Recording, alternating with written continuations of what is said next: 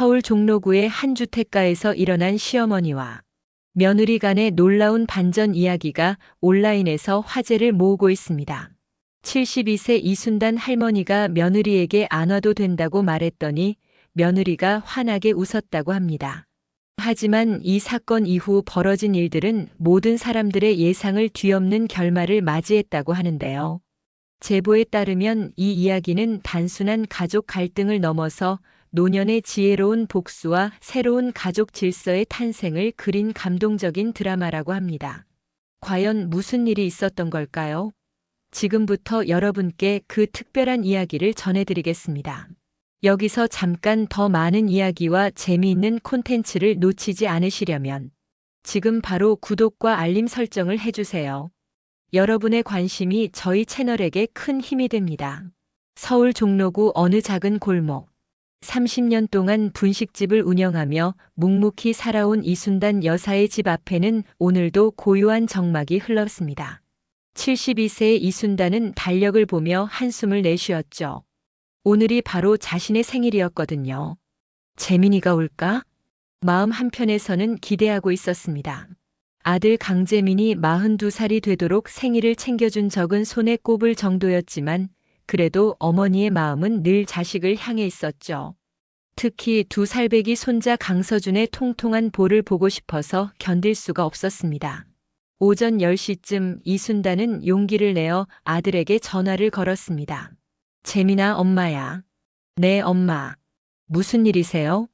오늘이 엄마 생일인데. 시간 되면 유진이랑 서준이랑 같이 와서 저녁이나 함께 먹었으면 좋겠다. 전화 너머로 잠시 침묵이 흘렀습니다. 그리고 며느리 장유진의 목소리가 들려왔어요. 오늘은 처갓집이랑 약속 있어요. 우리 엄마가 삼계탕 끓여주신다고 하셨거든요. 이순단의 마음에 살짝 서늘한 기운이 스며들었습니다. 하지만 목소리에는 실망을 드러내지 않았죠. 아, 그렇구나. 그럼 이번 주말에는 올 수 있겠니? 엄마, 요즘 유진이 감기도 있고 저희 일정이 좀 많아서 조금 더 여유 있을 때 뵙겠습니다. 전화를 끊고 나서 이순단은 혼자 남은 거실에 앉아 있었습니다. TV에서는 아침 드라마가 나오고 있었지만 아무것도 귀에 들어오지 않았어요. 며느리의 처갓집이랑 약속 있어요라는 말이 계속 머릿속에서 맴돌았습니다. 사실 이런 일이 한두 번이 아니었거든요. 추석 때도 유진이 친정에서 차례 지내야 한다며 오지 않았고 설날에도 아이가 감기 걸려서라는 이유로 발걸음을 돌렸죠. 그때마다 이순단은 괜찮다, 괜찮다고 말했지만 마음 깊은 곳에서는 작은 상처들이 차곡차곡 쌓여가고 있었습니다. 점심때가 되자 이순단은 냉장고를 열어보았습니다. 혹시라도 아들 식구들이 올까봐 미리 준비해둔 반찬들이 가득했어요. 오이 소박이, 시금치나물, 조림용 멸치까지. 하지만 이제 그 반찬들을 혼자 먹어야 한다는 생각에 입맛이 사라졌습니다. 내가 뭘 잘못했을까? 거울을 보며 자신에게 물어보았습니다. 얼굴에는 세월의 흔적이 깊이 새겨져 있었지만 아직도 또렷한 눈빛만큼은 변하지 않았죠. 30년 동안 새벽 5시에 일어나 분식집을 운영하며 아들을 키워냈습니다. 대학 등록금도 결혼 비용도 모두 그 작은 분식집에서 나온 돈으로 마련했어요. 그런데 왜 이렇게 소외감을 느끼는 걸까? 오후 3시쯤 동네 친구 박말순이 찾아왔습니다. 순단아, 생일 축하해. 미역국이라도 끓여줄까? 아니야, 괜찮다. 그냥 라면이나 하나 끓여 먹을게. 아들은 안 와? 바쁘다더라. 며느리가 처갓집 간다고 해서. 말순은 이순단의 표정을 보며 안쓰러운 마음이 들었습니다. 그 같은 동네에서 40년을 살면서 이순단이 얼마나 자식 바라기인지 누구보다 잘 알고 있었거든요. 요즘 젊은 것들이 다 그래. 자기 친정만 챙기지. 뭐 이해해. 며느리 입장에서도 친정이 편하겠지. 하지만 이순단의 목소리에는 억지로 참아내려는 기색이 역력했습니다. 말수는 더 이상 말하지 않았지만 마음속으로는 며느리에 대한 불만이 커져갔어요. 저녁이 되자 이순단은 혼자 미역국을 끓여 먹었습니다. 예전 같으면 아들이 좋아하는 갈비찜이나 잡채라도 만들었을 텐데 이제는 그럴 이유도 없었죠. 72번째 생일이 이렇게 쓸쓸하게 지나갔습니다. 밤이 되어서야 아들에게서 문자가 왔습니다. 엄마 생일 축하드려요. 다음에 맛있는 거 사드릴게요. 짧은 문자 한 통. 이순단은 스마트폰을 보며 씁쓸하게 웃었습니다. 언제부터인가 아들과의 관계도 이렇게 건조해져 버렸네요. 통화 대신 문자로, 만남 대신 약속으로만 관계를 유지하는 사이가 되어버린 것 같았습니다. 그로부터 몇 주가 지난 어느 토요일 오후 이순단은 평소처럼 거실에서 뜨개질을 하고 있었습니다. 손자 서준이를 위해 작은 조끼를 만들고 있었는데 언제 입힐 수 있을지는 모르겠지만 그래도 할머니의 마음만은 담고 싶었거든요. 그때 갑자기 현관문이 열리는 소리가 들려왔습니다. 어머니, 안녕하세요. 며느리 유진의 목소리였습니다. 이순단은 깜짝 놀라며 일어났어요. 예고 없이 오는 경우가 드물었거든요. 아, 유진아. 재민이도 왔니? 서준이는? 네, 다 왔어요. 갑자기 시간이 나서 들렀습니다. 현관에서 신발을 벗고 들어오는 아들 가족의 모습을 보니 이순단의 마음이 급격히 밝아졌습니다. 특히 2살배기 손자 서준이가 할매라고 부르며 달려오는 모습에 가슴이 뭉클해졌죠. 어머, 서준아. 할머니가 얼마나 보고 싶었는데. 이순단은 서준이를 안아올리며 연신 뺨에 뽀뽀를 했습니다. 몇 달 사이에 더 자란 손자가 신기하기만 했어요. 하지만 기쁨도 잠시, 갑작스러운 방문에 준비된 것이 아무것도 없다는 사실이 걱정되기 시작했습니다. 아, 미안하다. 미리 말해줬으면 뭐라도 준비했을 텐데. 괜찮아요, 어머니. 그냥 잠깐 들른 거라서요. 유진은 거실을 둘러보며 말했습니다. 그 표정에는 묘한 여유가 있었어요. 마치 미리 준비 안 하셔도 괜찮다는 식의 태도였죠. 이순단은 서둘러 부엌으로 갔습니다. 냉장고를 열어보니 김치, 시금치나물, 어제 끓여놓은 미역국이 있었어요. 그리고 반찬통에 멸치볶음과 계란말이가 조금 남아 있었습니다. 얘들아, 밥 먹고 가려무나. 할머니가 뭐라도 차려줄게. 아니에요, 어머니. 저희 나중에 외식하기로 했어서. 그래도 배고프잖아. 서준이 배도 고프고. 이순단은 부지런히 밥을 짓고 반찬을 차렸습니다. 비록 준비된 것은 많지 않았지만 그래도 정성만큼은 가득 담으려고 했어요. 미역국을 데우고 계란말이를 새로 부쳐서 따뜻하게 내왔습니다. 자, 이거라도 먹어라. 별게 없지만. 상을 받은 유진은 잠시 상차림을 바라보더니 작게 한숨을 내쉬었습니다. 그리고 남편 재민에게 속삭이듯 말했어요. 이게 다예요.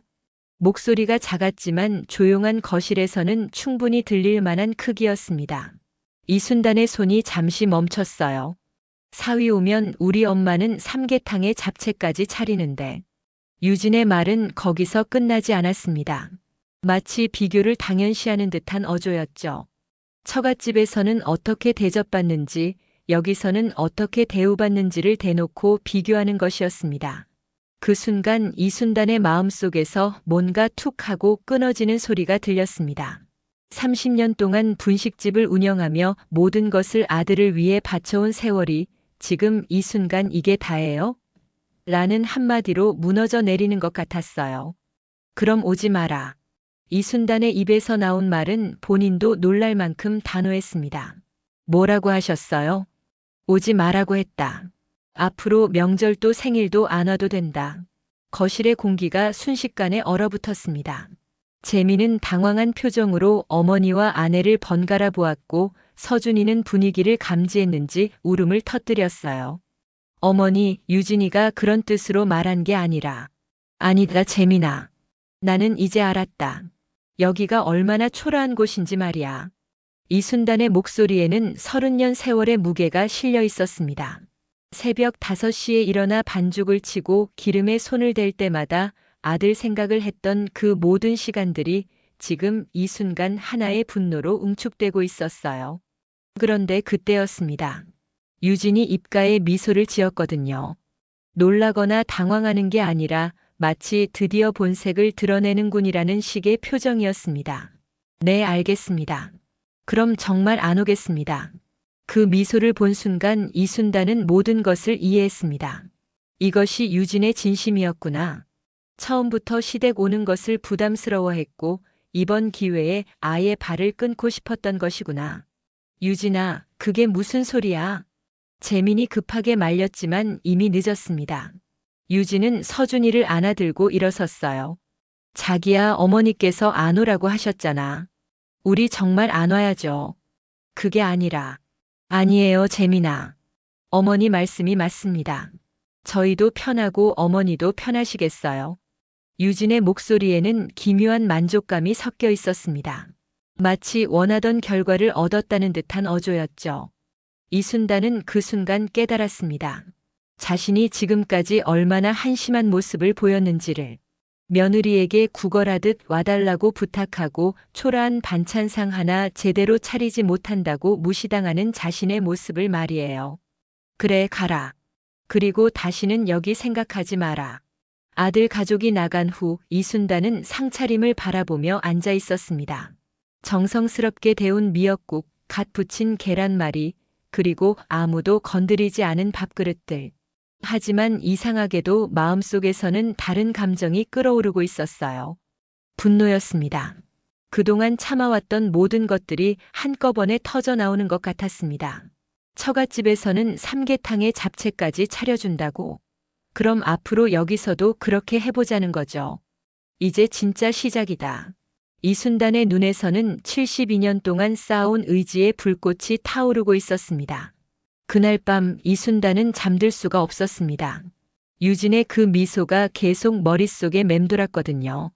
마치 드디어 꼬리를 밟았네라는 식의 표정이었습니다. 뒤척이며 누워있던 이순단은 결국 일어나 거실로 나왔어요. 정말 안 오겠다는 거구나. 말로는 안 와도 된다고 했지만 마음 한편으로는 아들이 다시 연락 올 거라고 기대했습니다. 며느리가 사과하러 올 거라고 생각했어요.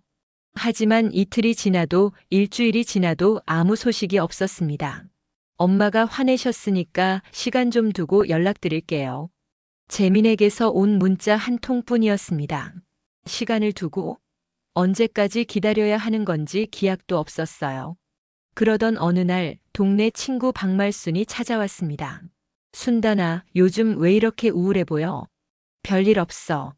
그냥 나이 들어서 그런가 봐. 무슨 소리야? 너 뭔 일 있었지? 말순은 이순단의 표정을 보며 눈치를 챘습니다. 40년 넘게 친구로 지내온 사이라 거짓말은 통하지 않았어요. 며느리랑 좀 틀어졌어. 뭐 때문에? 또 무슨 일이야? 이순단은 그날 있었던 일을 말순에게 털어놓았습니다. 갑작스러운 방문, 초라한 상차림, 그리고 유진의 차갑고 비교하는 말들까지. 특히 마지막에 지었던 그 미소에 대해서는 분노가 섞인 목소리로 말했어요. 어머, 그 여자가 그렇게 말했다고. 이게 다냐고. 응. 처갓집에서는 삼계탕에 잡채까지 차려준다면서. 말순의 얼굴이 붉어졌습니다. 아, 정말 속이 뒤틀려. 그럼 처갓집에서만 살지 왜 시댁에 와서 그런 소리를 해? 그것보다 더 기가 막힌 게 있어. 내가 안 와도 된다고 했더니 미소를 지었다고. 미소를? 진짜? 응. 마치 드디어 이 말을 해주네라는 식으로. 말순은 고개를 흔들며 혀를 찼습니다. 아, 그럼 진짜 안 오겠다는 거네. 애초에 시댁 오는 게 싫었던 거야. 그런 것 같아. 나는 그동안 바보같이 와달라고 연락하고 뭐라도 해주려고 했는데. 이순단의 목소리에는 억울함이 가득했습니다. 그동안 자신이 얼마나 애쓰며 며느리를 배려했는지 모르겠어요. 명절마다 부담 주지 않으려고 안 와도 된다고 먼저 말하기도 했고, 손자 육아가 힘들다고 하면 괜찮다고 이해한다고 했던 것들이 다 무의미해진 것 같았습니다. 그런데 말순아, 나 요즘 하나 배우고 싶은 게 있어. 뭔데? 그 인터넷이라는 거. 스마트폰으로 뭔가 볼 수 있다던데. 말순은 깜짝 놀랐습니다. 그동안 이순단은 스마트폰도 전화 받고 문자 보내는 것 외에는 관심이 없었거든요. 갑자기 왜? 요즘 젊은 사람들이 다 하잖아. 나도 배워보고 싶어. 사실 이순단에게는 다른 목적이 있었습니다. 유진이 자주 하는 그 인터넷이라는 것을 통해 며느리의 진짜 모습을 알고 싶었거든요. 이웃집 할머니가 말하기를 요즘은 인터넷에 모든 걸 올린다고 했습니다. 그럼 우리 아들한테 부탁해 볼까? 걔가 잘 알거든. 며칠 후 말순의 아들이 찾아와서 이순단에게 스마트폰 사용법을 알려주었습니다. 인터넷 검색하는 방법부터 시작해서 사진 보는 법, 그리고 SNS라는 것까지 천천히 설명해 주었어요. 할머니, 이거 보세요. 여기서 사람 이름 검색하면 그 사람이 올린 사진들을 볼 수 있어요. 그럼 우리 며느리 이름도 찾을 수 있어? 네, 가능해요. 이름이 뭐예요? 장유진이야. 말순의 아들은 검색해 보더니 몇 개의 계정을 찾았습니다. 이 사람들 중에 맞는 분이 있나요? 이순단은 사진들을 보더니 하나를 가리켰습니다. 이거야. 이게 우리 며느리야. 아, 찾았네요. 보세요. 여기 사진들이 많이 올라와 있어요. 이순단은 처음 보는 며느리의 인터넷 세상에 깜짝 놀랐습니다. 예쁘게 찍은 음식 사진들, 가족 사진들, 그리고 친구들과 함께 찍은 사진들이 가득했어요. 할머니, 사용법 익히시면 언제든 보실 수 있어요. 그런데 너무 자주 보시면 안 돼요. 마음만 상하거든요. 말순의 아들은 걱정스러운 표정으로 말했습니다. 하지만 이순단은 이미 마음을 정한 상태였어요. 고마워, 아저씨. 잘 배웠다. 그날 밤부터 이순단은 매일 밤 유진의 인터넷 계정을 들여다보기 시작했습니다. 처음에는 별다른 것이 없었어요. 일상적인 사진들 뿐이었거든요. 하지만 며칠이 지나자 놀라운 것을 발견했습니다. 손자 서준이의 돌잔치 사진이 올라와 있었어요. 예쁘게 꾸며진 돌잔치 현장, 많은 사람들이 모여 축하하는 모습, 그리고 행복해하는 가족들의 사진이 한가득이었습니다. 언제 돌잔치를 했지? 이순단은 당황했습니다. 손자의 돌잔치를 했다는 소식을 전혀 듣지 못했거든요. 사진을 자세히 보니 처갓집 식구들이 모두 참석해 있었습니다. 유진의 부모님, 형제들, 그리고 친척들까지. 그런데 시댁 식구는 아무도 없었어요. 이순단은 물론이고 재민의 형제들도 보이지 않았습니다. 설마. 이순단은 댓글들을 하나씩 읽어보기 시작했습니다. 축하한다는 메시지들이 대부분이었는데 그 중에 이상한 댓글이 하나 있었어요. 시어머니는 안 오셨어요? 친구 중 하나가 물어본 것 같았습니다. 그리고 유진의 답변이 있었어요. 네, 안 불렀어요. 너무 편하고 좋다. 그 댓글을 본 순간 이순단의 손이 떨렸습니다. 안 불렀다고? 너무 편하고 좋다고? 이렇게 당당하게. 이순단은 스마트폰을 내려놓고 심호흡을 했습니다. 화가 나는 것을 넘어서 기가 막혔어요. 손자의 돌잔치에 할머니를 초대하지 않고 그것을 인터넷에 자랑스럽게 올리다니. 그 순간 이순단의 마음속에서 완전히 다른 감정이 생겨났습니다. 더 이상 서운함이나 외로움이 아니었어요. 바로 전략적인 분노였습니다. 좋아. 그럼 나도 눈치 없는 할머니가 되어보자. 72년 동안 참고 이해하며 살아온 이순단에게 완전히 새로운 모습이 깨어나는 순간이었습니다. 돌잔치 사진을 본 다음 날 이순단은 평소와 다른 모습을 보였습니다. 거울 앞에 서서 머리를 단정히 빗고 깔끔한 옷으로 갈아입었어요. 마치 중요한 일을 앞둔 사람처럼 말이죠. 작전을 세워보자. 이순단은 종이에 뭔가를 적기 시작했습니다. 며느리가 그렇게 처갓집과 비교하고 싶어 한다면 이제부터는 정말 비교할 만한 것을 보여주기로 했거든요. 오전 10시 이순단은 아들에게 전화를 걸었습니다. 재민아, 엄마야. 아, 네, 엄마. 안녕하세요. 목소리가 어색했습니다. 지난번 일 때문에 여전히 눈치를 보고 있는 게 느껴졌어요. 요즘은 친정만큼 시댁도 챙긴다던데 이번 주말에 고기 준비했으니 서준이랑 같이 와라. 전화 너머로 잠시 침묵이 흘렀습니다. 이순단의 목소리가 평소와 달랐거든요. 서운해하거나 부탁하는 톤이 아니라 마치 당연한 일을 말하는 것처럼 단호했습니다. 엄마, 그런데 유진이가. 유진이 뭐? 지난번에 나한테 뭐라고 했는지 기억하지? 처갓집에서는 삼계탕에 잡채까지 차려준다고 했잖아. 그럼 여기서도 그 정도는 해야 하는 거 아니야? 재미는 당황했습니다. 어머니가 이렇게 직설적으로 말하는 것을 본 적이 없었거든요. 그게 아니라, 아들아, 엄마가 72년을 살면서 깨달은 게 있다. 너무 이해해주기만 하면 사람들이 당연하게 여긴다는 거야. 이순단의 목소리에는 새로운 힘이 실려 있었습니다. 이번 주 토요일 오후 2시에 와라. 고기도 구워주고 반찬도 제대로 차려줄게. 서준이 얼굴도 보고 싶고. 엄마. 그리고 재민아, 유진이한테 전해라. 이제부터는 며느리 대접 제대로 해주겠다고. 처갓집이랑 똑같이 말이야. 전화를 끊고 나서 이순단은 미소를 지었습니다. 하지만 그 미소에는 지난번 유진이 지었던 것과는 전혀 다른 의미가 담겨 있었어요. 복수를 위한 준비가 시작된 것입니다. 이순단은 바로 시장으로 향했습니다. 평소에는 혼자 먹을 것만 조금씩 사던 것과 달리 이번에는 장바구니를 가득 채웠어요. 한우 등심, 갈비, 새우, 전복까지. 평소 며느리가 좋아한다고 들었던 음식들을 모두 샀습니다. 할머니, 오늘 큰 잔치라도 하세요? 단골 정육점 사장이 물었습니다. 응, 며느리 오는 날이라서 특별히 준비하는 거야. 아, 그럼 이것도 드릴게요. 며느리분이 좋아하실 거예요. 사장은 덤으로 싱싱한 상추와 깻잎을 더 담아주었습니다. 이순단은 고마워하며 받았지만 마음속으로는 다른 생각을 하고 있었어요. 이제부터는 매번 이렇게 해달라고 하겠지? 집에 돌아와서 이순단은 본격적인 준비에 들어갔습니다. 먼저 집 안을 완전히 청소했어요. 거실 바닥을 닦고 화장실까지 깨끗하게 정리했습니다. 그리고 며느리가 앉을 자리에는 방석도 새 것으로 깔아놓았어요. 금요일에는 미리 반찬을 만들기 시작했습니다.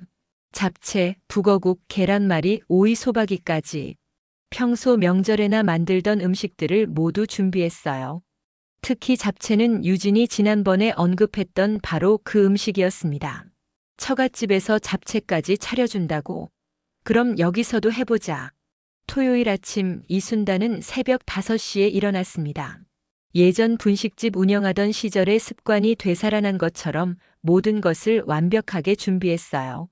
고기는 미리 양념해두고 쌈 채소는 싱싱하게 다듬어 접시에 예쁘게 담았습니다.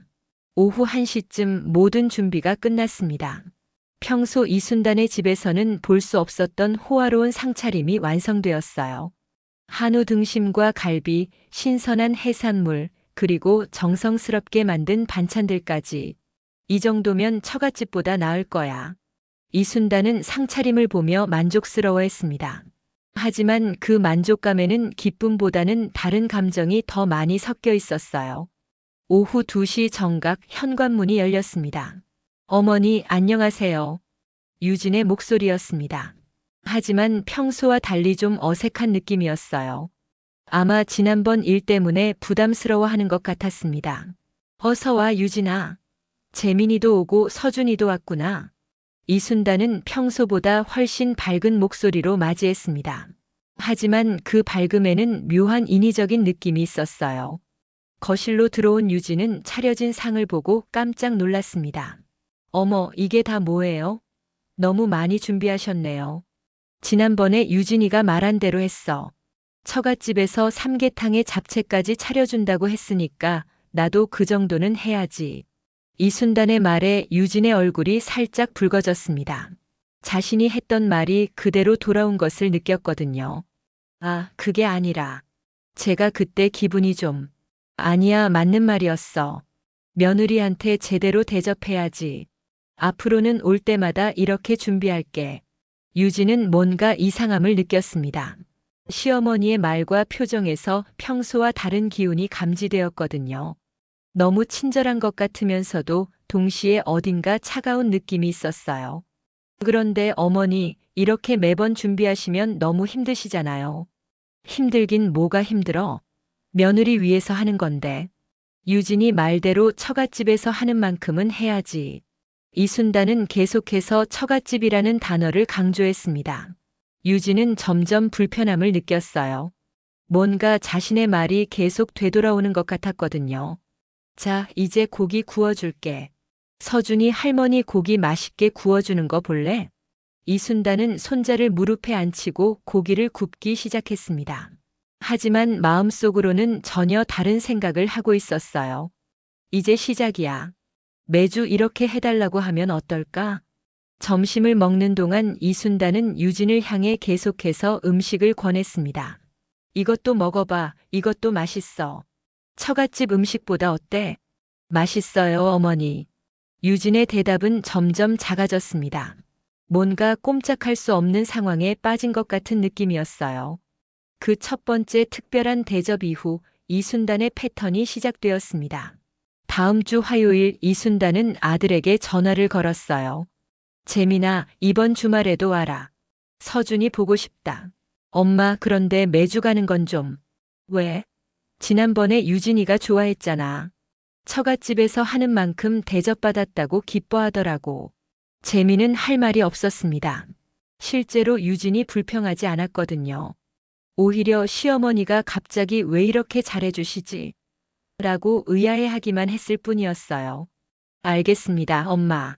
토요일에 갈게요. 두 번째 주말이 다가왔습니다. 이순단은 또다시 이른 아침부터 장보기에 나섰어요. 이번에는 전복죽과 LA 갈비를 준비하기로 했습니다. 시장에서 가장 좋은 재료만 골라 샀죠. 할머니, 또 며느리분 오세요? 단골 상인이 물었습니다. 응, 매주 오거든. 그래서 매번 새로운 걸 해줘야 해. 아이고, 며느리가 복 받았네요. 이렇게 정성스럽게 해주시는 시어머니가 어디 있어요? 이순단은 미소를 지었지만 그 미소 뒤에는 다른 계산이 숨어 있었습니다. 매주 이렇게 하면 언젠가는 지칠 거야. 토요일이 되자 유진은 남편에게 말했습니다. 자기야, 어머니가 왜 갑자기 이렇게 하시는 것 같아? 뭐가? 매주 우리 부르시고 엄청 많이 준비해 주시고. 예전에는 안 그러셨잖아. 재민도 사실 의아했습니다. 어머니가 이렇게 적극적으로 나선 적이 없었거든요. 그냥 우리 자주 보고 싶으신 거 아닐까? 지난번에 서운하셨으니까. 그런가? 그런데 좀 부담스러워. 왜? 매주 이렇게 오면 우리도 뭔가 해드려야 할 것 같고. 그리고 이렇게 많이 준비하시면 어머니도 힘드실 텐데. 유진의 말에는 진짜 걱정도 있었지만 동시에 부담감도 많이 섞여 있었어요. 매주 시댁에 가는 것도 그렇고 그때마다 풍성한 상차림을 받는 것도 부담스러웠습니다. 이순단의 집에 도착하자 이번에도 놀라운 상차림이 기다리고 있었습니다. 전복죽, LA 갈비, 그리고 또 다른 정성스러운 반찬들까지. 어머니, 정말 이렇게 하실 필요 없어요. 너무 힘드시잖아요. 유진이 조심스럽게 말했습니다. 힘들긴 뭐가 힘들어? 며느리한테 잘해주는 거 당연하지. 처갓집에서도 이렇게 해주잖아. 또 나왔습니다. 처갓집 이야기가. 유진은 점점 이 패턴이 불편해지기 시작했어요. 그런데 어머니, 저희가 매주 오는 건 좀. 왜? 싫어? 이순단의 질문에 유진은 당황했습니다. 싫다고 말할 수도 없고 좋다고 말하기도 애매한 상황이었거든요. 그런 게 아니라 어머니가 너무 힘드실까 봐서요. 나는 괜찮다. 그런데 유진이가 싫다면 어쩔 수 없지. 하지만 서준이는 할머니가 보고 싶어 할 텐데. 이순단은 교묘하게 손자를 끌어들였습니다. 손자 카드를 사용하면 며느리가 거절하기 어렵다는 것을 알고 있었거든요. 아니에요. 그런 게 아니라. 유진은 말꼬리를 흐렸습니다. 뭔가 함정에 빠진 것 같은 느낌이었어요. 식사가 끝나고 설거지를 하려는 이순단에게 유진이 말했습니다. 어머니, 제가 할게요. 아니야, 앉아 있어. 손님인데 어떻게 설거지를 시켜. 손님이 아니라 며느리잖아요. 그래도 이렇게 귀한 며느리한테 어떻게 설거지를 시켜. 처갓집에서도 설거지 안 시키잖아. 또 처갓집 이야기였습니다. 유진은 이제 패턴을 알아차렸어요. 시어머니가 하는 모든 말에 처갓집이 들어간다는 것을. 세 번째 주가 되자 이순단은 더욱 치밀하게 접근했습니다. 재민아, 이번 주에는 보신탕 해줄까? 유진이 몸이 좀 허약해 보이던데. 엄마, 유진이가 보신탕 안 좋아해요. 그럼 삼계탕은 어때? 처갓집에서 해주는 그 삼계탕 말이야. 재미는 어머니의 말투가 이상하다는 것을 느꼈습니다. 뭔가 비꼬는 듯한 느낌이 있었거든요. 엄마, 혹시 유진이 때문에 기분 나쁘시는 거예요? 왜? 나는 며느리한테 잘해주고 있는데. 매주 불러서 맛있는 것도 해주고 처갓집에서 하는 만큼 대접도 해주고. 그런데 말투가 어때서? 나는 진심으로 유진이한테 잘해주려고 하는 거야. 앞으로도 계속 이렇게 할 거고. 재미는 뭔가 이상함을 느꼈지만 구체적으로 뭐가 잘못된 건지 모르겠었습니다. 어머니는 분명 며느리한테 잘해주고 있었거든요. 세 번째 방문 날 유진은 남편에게 솔직하게 말했습니다. 자기야, 어머니가 왜 갑자기 이러시는 것 같아? 뭔가 이상해. 뭐가 이상해? 매번 처갓집에서는 이런 말씀을 하시고 마치 우리가 처갓집과 비교했다고 서운해 하시는 것 같아. 그럴 수도 있지. 지난번에 내가 그런 말 했잖아. 그게 내가 잘못 말한 건 맞지만 이렇게 계속 돌려 말씀하시는 게 더 불편해. 유진은 점점 시댁 가기가 부담스러워졌습니다. 매주 가야 한다는 것도 그렇고 갈 때마다 간접적으로 처갓집과 비교당한다는 느낌을 받는 것도 힘들었어요. 그런데 이순단은 이런 유진의 심리를 정확히 꿰뚫고 있었습니다. 이제 슬슬 지치기 시작할 거야. 매주 오는 것도 부담스럽고 매번 이렇게 대접받는 것도 부담스럽고. 이순단의 전략은 단순했습니다. 과도한 친절로 상대방을 압박하는 것이었어요. 거절할 수도 없고 받아들이기도 부담스러운 상황을 만드는 것이죠. 네 번째 주가 되자 유진은 결국 남편에게 말했습니다. 자기야, 이번 주는 가지 말자. 너무 부담스러워. 왜? 엄마가 싫어하실 텐데. 나도 알아. 그런데 매주 가는 것도 그렇고 매번 저렇게 많이 준비해 주시는 것도 뭔가 꼼짝할 수 없는 느낌이야. 재민도 사실 부담스럽긴 했습니다. 어머니의 과도한 대접이 오히려 불편했거든요. 그럼 이번 주는 안 간다고 하자. 하지만 이순단은 이미 다음 수를 준비하고 있었습니다. 이제 진짜 본격적인 공세가 시작될 차례였어요. 네 번째 주 금요일 재민은 어머니에게 전화를 걸었습니다. 엄마, 이번 주말은 좀 쉬고 싶어서요. 다음 주에 갈게요. 왜? 무슨 일 있어? 아니에요. 그냥 집에서 좀 쉬고 싶어서요. 이순단은 예상했던 반응이었습니다. 며느리가 지쳤구나 싶었어요. 하지만 이제부터가 진짜 시작이었습니다. 아, 그럼 어쩔 수 없지. 그런데 재민아, 내가 서준이 옷 몇 벌 샀는데 전해주고 싶어서. 잠깐만 들를 수 있을까? 그냥 다음에 주시면 되는데요.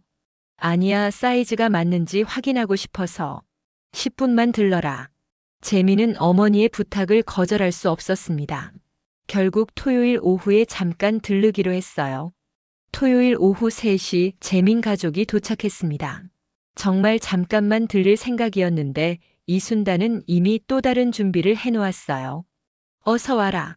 마침 떡볶이 끓였는데 먹고 가라. 어머니, 저희 정말 잠깐만 들르려고 했어요. 떡볶이 한 그릇 먹는 게 얼마나 걸려? 그리고 서준이도 배고플 텐데. 거실에는 정말로 떡볶이가 끓고 있었습니다. 하지만 그냥 떡볶이가 아니었어요. 새우, 오징어, 계란까지 들어간 푸짐한 떡볶이였습니다.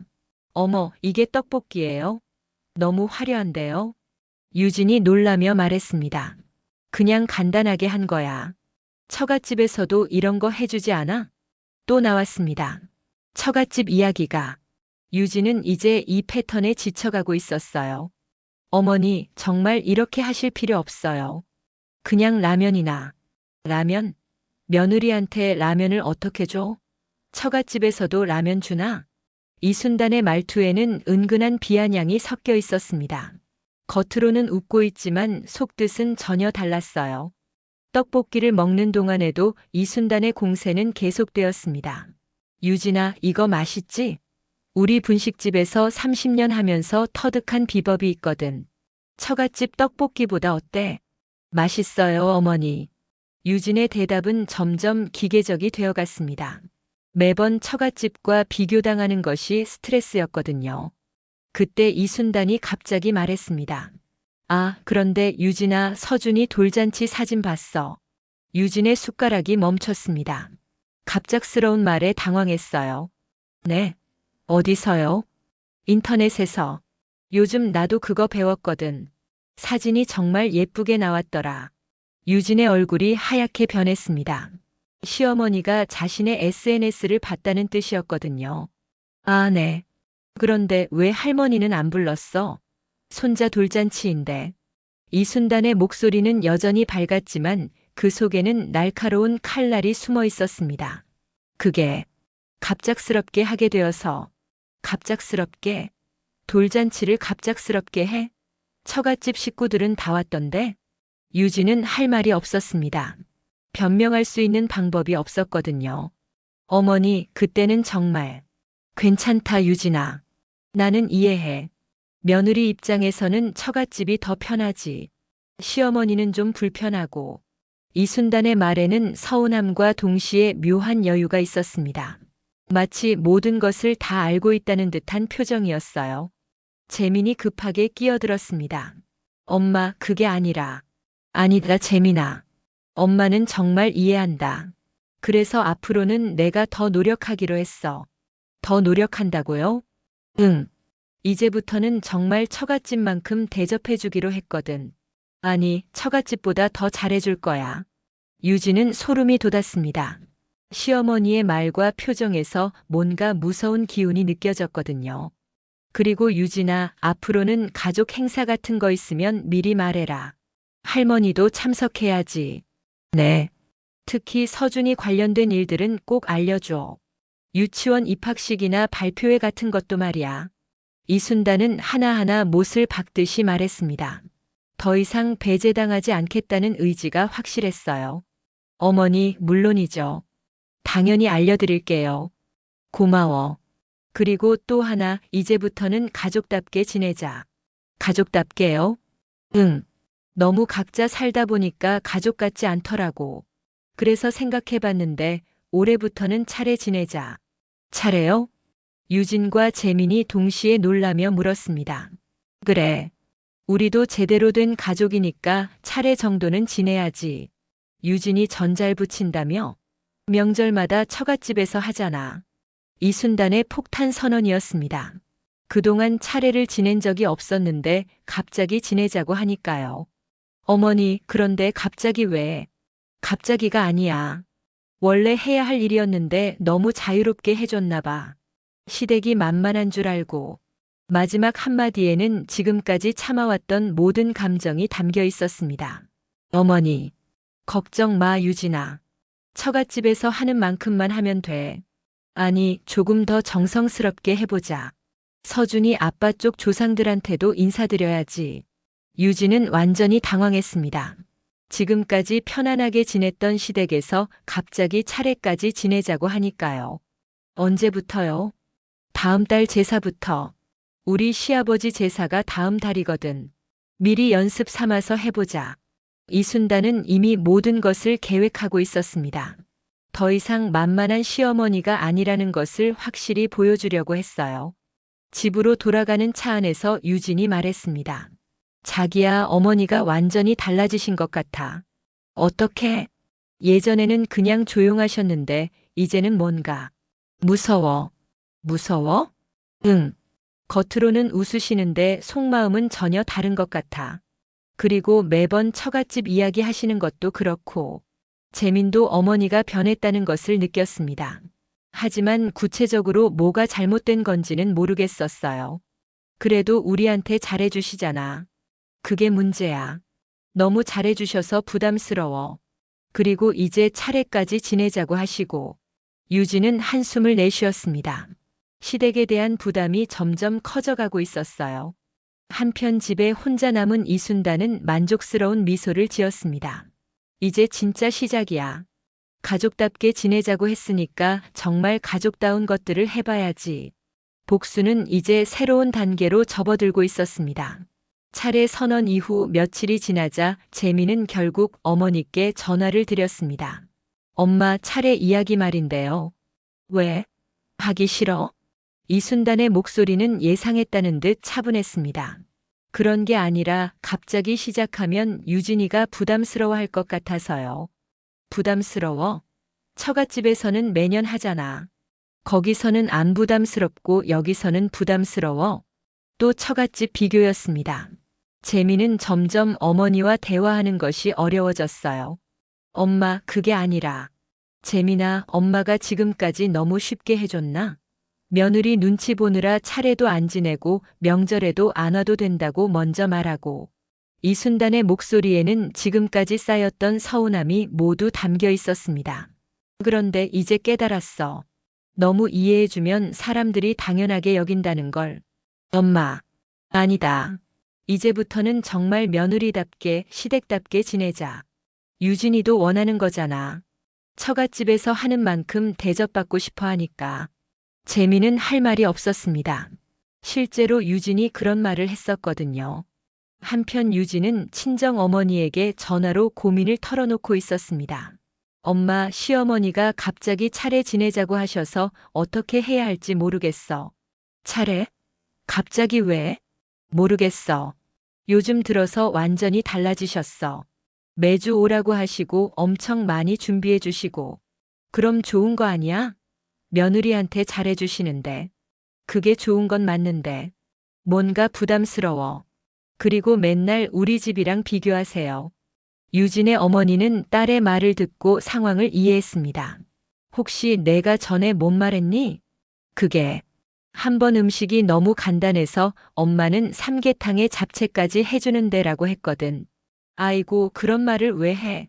시어머니가 얼마나 기분 나빴겠어. 그때는 그런 줄 몰랐어. 그런데 이제 그 말이 계속 돌아오는 느낌이야. 그럼 사과해야지. 어떻게 사과해? 그때 제가 잘못 말했다고 할 수도 없고. 유진은 정말 난처했습니다. 잘못했다는 걸 알지만 직접적으로 사과하기도 어려운 상황이었어요. 그러던 중 시아버지 제사일이 다가왔습니다. 이순단은 일주일 전부터 준비를 시작했어요. 제사 음식 목록을 적어서 유진에게 문자로 보냈습니다. 유진아, 제사 음식 목록 보냈어. 뭐 준비할 수 있는지 알려줘. 문자를 받은 유진은 깜짝 놀랐습니다. 목록이 너무 길었거든요. 전류 동그랑땡, 생선전, 호박전, 버섯전, 나물류 시금치, 고사리, 도라지, 무나물, 찜류 갈비찜, 닭찜, 국물 미역국, 맑은 장국, 과일 사과, 배, 대추, 밤. 총 20가지가 넘는 음식이 적혀 있었습니다. 어머니, 이거 너무 많은 것 같은데요. 간단하게 해도 되지 않을까요? 유진이 조심스럽게 물었습니다. 간단하게? 시아버지 제사를 간단하게 해? 유진이네 집에서도 간단하게 해? 아니요, 그런 게 아니라. 그럼 뭐야? 우리 집만 간단하게 하자는 거야? 이순단의 목소리에는 날이 서 있었습니다. 저희 집에서 하는 만큼 하겠습니다. 그래야지. 가족이 됐으니까 제대로 해야지. 제사 전날 유진은 새벽부터 일어나 음식을 준비하기 시작했습니다. 처음 해보는 제사 음식들이라 인터넷을 찾아가며 만들었어요. 자기야, 이거 어떻게 하는 거야? 나도 모르겠어. 엄마한테 물어봐야겠다. 하지만 이순단은 며느리가 알아서 하는 거라며 직접적인 도움을 주지 않았습니다. 대신 계속해서 품평만 했어요. 유진아, 갈비찜 간이 좀 센 것 같은데? 어머니 처음 해봐서. 처음? 처갓집에서는 안 해봤어? 저희 집에서는 주로 엄마가 하셔서. 아, 그래? 그럼 이참에 배워야겠네. 앞으로 매년 할 거니까. 매년이라는 말에 유진의 얼굴이 하얗게 변했습니다. 제사 당일 오전 10시부터 음식을 차리기 시작했습니다. 이순단은 지켜보기만 하면서 계속 지적했어요. 유진아, 생선 머리가 왼쪽으로 가야 해. 네. 과일 놓는 위치도 틀렸고. 어디로 옮길까요? 모르겠어. 처갓집에서는 어떻게 하던데? 유진은 점점 지쳐갔습니다. 처음 해보는 제사 준비도 힘든데 계속해서 처갓집과 비교당하는 것도 스트레스였어요. 제사를 지내는 동안에도 이순단의 지적은 계속되었습니다. 유진아, 절하는 방법이 틀렸어. 어떻게 해야 하나요? 이렇게 해야지. 처갓집에서는 안 알려줬어. 제사가 끝나고 음식을 치우는데도 마찬가지였습니다. 음식 보관은 어떻게 할 거야? 냉장고에 넣으면 되는 거 아닌가요? 그냥 넣으면 돼. 처갓집에서는 어떻게 하던데? 유진은 결국 참지 못하고 화장실로 가서 울었습니다. 하루 종일 처갓집과 비교당하고 모든 것을 혼자 해야 하는 상황이 너무 힘들었거든요. 왜 이렇게 힘들지? 거울을 보며 자신에게 물었습니다. 분명 시어머니는 잘해주고 있는데 왜 이렇게 부담스럽고 힘든 걸까요? 화장실에서 나온 유진을 본 이순단이 말했습니다. 유진아, 고생 많았어. 처음 치고는 잘했다. 감사합니다, 어머니. 그런데 내년에는 더 잘할 수 있겠지? 이제 경험해 봤으니까. 네. 그리고 유진아. 네. 이제부터는 정말 가족답게 지내자. 너무 서로 눈치 보지 말고. 이순단의 말에는 만족스러운 기색이 역력했습니다. 며느리가 완전히 지쳐하는 모습을 보며 내심 뿌듯해했어요. 이제 알겠지? 시댁이 얼마나 만만하지 않은 곳인지. 집으로 돌아가는 차 안에서 유진은 남편에게 말했습니다. 자기야, 나 정말 힘들어. 뭐가? 오늘 하루 종일 처갓집 이야기만 하시고 뭔가 나를 시험하시는 것 같아. 엄마가 원래 그런 분이 아닌데. 그게 더 무서워. 갑자기 이렇게 바뀌시니까. 유진은 이제 확실히 깨달았습니다. 시어머니가 자신에게 복수하고 있다는 것을, 그리고 이 상황이 계속될 거라는 것도요. 이제 어떻게 해야 하지? 하지만 이미 늦었습니다. 이순단의 본격적인 복수는 이제 시작일 뿐이었거든요. 제사가 끝난 다음 주 유진은 더 이상 참을 수 없었습니다. 시어머니의 지속적인 압박과 처갓집 비교가 한계에 다다른 것이었어요. 결국 용기를 내어 이순단에게 전화를 걸었습니다. 어머니, 안녕하세요. 제가 한 말씀 드리고 싶은 게 있어서요. 뭔데? 이순단의 목소리는 여전히 밝았지만 어딘가 경계하는 기색이 있었습니다. 지난번에 제가 음식 관련해서 잘못 말씀드린 것 같아서요. 잘못 말한 게 뭐? 처갓집에서 삼계탕이랑 잡채 해준다고 말한 거요. 그때 어머니 기분 상하게 해드린 것 같아서. 유진의 목소리는 떨리고 있었습니다. 이런 말을 하는 것이 얼마나 어려운지 이순단도 알 수 있었어요. 아, 그거? 괜찮다. 사실이잖아. 어머니, 정말 괜찮다고. 그래서 나도 이제 처갓집만큼 해주고 있잖아. 매주 불러서 맛있는 것도 해주고 제사도 제대로 지내고. 이순단의 말에는 묘한 만족감이 섞여 있었습니다. 저도 잘못했어요. 비교하면서 말하는 게 아니었는데. 비교한 게 아니라고? 그럼 뭐야? 그냥. 그때 순간적으로 나온 말이었어요. 유진은 사과하려고 했지만 이순단은 쉽게 받아주지 않았습니다. 순간적으로 나온 말이 진심이지. 평소에 생각하고 있었으니까 그런 말이 나온 거야. 어머니, 정말 죄송합니다. 사과는 필요 없어. 나도 이제 알았으니까. 뭘 아셨다는 거예요? 며느리가 시댁에 바라는 게 뭔지 말이야. 처갓집처럼 대접받고 싶어 하는 거잖아. 이순단의 말에 유진은 할 말이 없었습니다. 자신의 말이 이렇게 돌아올 줄 몰랐거든요. 그래서 앞으로도 계속 그렇게 할 거야. 처갓집에서 하는 만큼, 아니 그보다 더 잘해줄게. 어머니, 그렇게 하실 필요 없어요. 왜? 싫어? 그럼 예전처럼 간단하게 할까? 이순단의 질문에 유진은 대답하기 어려웠습니다. 싫다고 하면 이기적으로 보일 것 같고 좋다고 하면 계속 이런 부담을 감수해야 했거든요. 저는 어머니가 편하신 대로 하시면 됩니다. 그럼 계속 이렇게 하자. 가족이니까 가족답게 지내는 거야. 전화를 끊고 나서 유진은 한숨을 내쉬었습니다. 사과를 했지만 상황은 전혀 나아지지 않았어요. 오히려 시어머니가 더 확신을 갖게 된 것 같았습니다. 그날 저녁 재민이 회사에서 돌아오자 유진이 말했습니다. 자기야, 어머니한테 사과 전화드렸어. 그래? 뭐라고 하시던?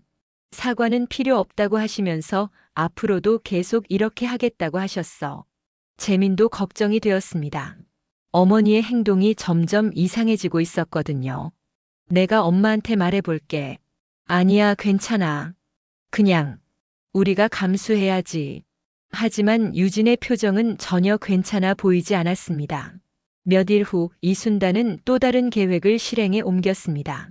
손자 서준이의 유치원 입학 시즌이 다가오고 있었거든요. 재민아, 서준이 유치원 알아보고 있지? 네, 몇 군데 둘러보고 있어요. 할머니도 같이 가면 안 될까? 손자 유치원은 할머니도 관심 있잖아. 재민은 당황했습니다. 유치원 견학에 시어머니까지 따라가는 경우는 드물었거든요. 엄마, 그런데 유진이가 뭐? 할머니가 손자 유치원 보는 게 이상해? 그런 게 아니라. 그럼 뭐야? 처갓집 할머니는 따라가도 되고 시댁 할머니는 안 돼? 또 처갓집 비교였습니다. 재미는 점점 어머니와 대화하는 것이 부담스러워졌어요. 알겠습니다. 다음 주 토요일에 같이 가요. 유치원 견학 당일 이순단은 일찍부터 준비했습니다. 깔끔한 옷을 입고 머리도 단정하게 빗었어요. 마치 중요한 면접을 보러 가는 것처럼 말이죠. 유치원에 도착하자 다른 가족들도 견학을 왔었습니다.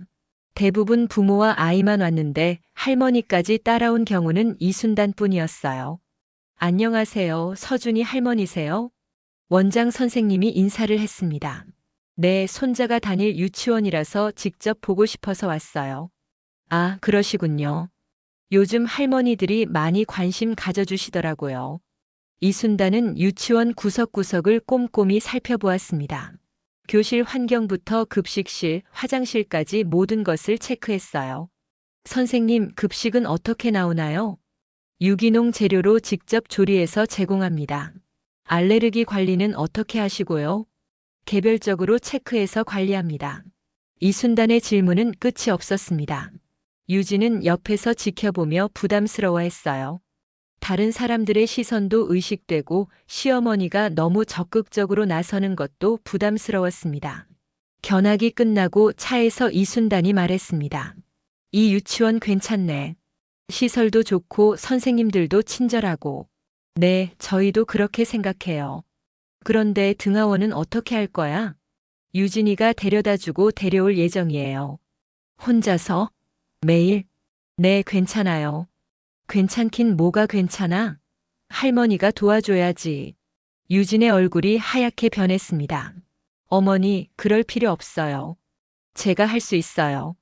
할 수 있는 것과 해야 하는 것은 다르지. 가족이니까 도와주는 거야. 정말 괜찮습니다. 유진아, 너무 혼자 하려고 하지 마. 처갓집에서도 도와주잖아. 이순단은 교묘하게 또 처갓집을 끌어들였습니다. 그럼 일주일에 2~3번 정도는 할머니가 데리러 갈게. 서준이도 할머니랑 있는 거 좋아하고. 유진은 거절할 이유를 찾을 수 없었습니다. 아이를 위한다는 명분 앞에서는 어떤 반대도 이기적으로 보일 수 있었거든요. 집으로 돌아가는 길에 유진이 남편에게 말했습니다. 자기야, 어머니가 서준이 유치원까지 관여하시려고 해. 그게 나쁜 건 아니잖아. 할머니가 관심 가져주시는 거고. 그런데 너무 모든 걸 관여하시려고 하셔서 부담스러워. 엄마가 원래 그런 분이 아니었는데 요즘 좀 이상하긴 해. 두 사람 모두 이순단의 변화를 느끼고 있었지만 구체적으로 어떻게 대처해야 할지 모르겠었습니다. 한편 이순단은 집에 돌아와서 만족스러운 표정을 지었습니다. 이제 정말 가족다워졌네. 며느리가 점점 자신의 영향력 아래로 들어오는 것을 느꼈어요. 매주 집에 와야 하고 제사도 준비해야 하고 이제 손자 교육까지 함께 관여하게 되었습니다. 그래, 나도 눈치 없는 할머니가 되어보자. 처갓집 할머니만큼 말이야. 이순단의 복수는 이제 완전히 새로운 단계에 접어들었습니다. 더 이상 소외당하는 시어머니가 아니라 모든 것에 관여하는 적극적인 할머니가 된 것이었어요. 며칠 후 유진은 친구에게 하소연했습니다. 요즘 시어머니가 정말 이상해졌어. 어떻게? 매주 오라고 하시고 뭐든지 처갓집이랑 비교하시고 이제는 아이 유치원까지 관여하시려고 하셔. 그래도 며느리한테 잘해주시는 거 아니야? 그게 문제야. 너무 잘해주셔서 거절할 수가 없어. 그런데 그 잘해주시는 게 뭔가 복수 같다는 느낌이 들어.